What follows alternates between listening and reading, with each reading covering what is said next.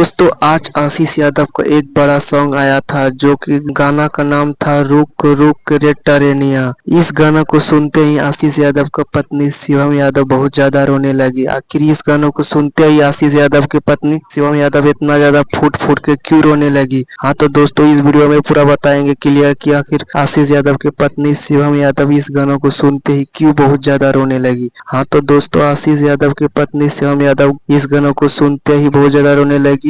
हाँ तो दोस्तों दर्द भरा सॉन्ग आशीष यादव की पत्नी सुनते ही क्यों पगला जाता है। आशीष यादव को बोलता है तुम ऐसे ऐसे सॉन्ग मत गाओ जो कि बहुत ज्यादा तुम्हारा सॉन्ग सुनते ही सब लोग रोते लगते हैं, बेवफा सॉन्ग मत बनाओ।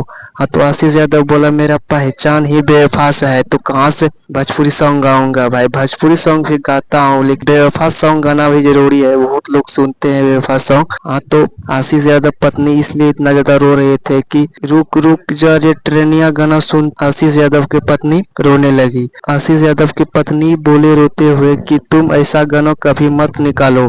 तो आशीष यादव बोलने लगा कि मैं इसी तरह का गाना बनाता हूँ और बनाते रहूंगा। तो इसीलिए आशीष यादव की पत्नी इतना ज्यादा रोने लगे। हाँ तो दोस्तों आप लोग को क्या लगता है आशीष यादव को कैसा गाना बनाना चाहिए कमेंट में जरूर बताना। तो वीडियो अच्छी लगी तो लाइक कर देना, चैनल में नए है तो सब्सक्राइब करना। तो मिलते हैं नेक्स्ट वीडियो में।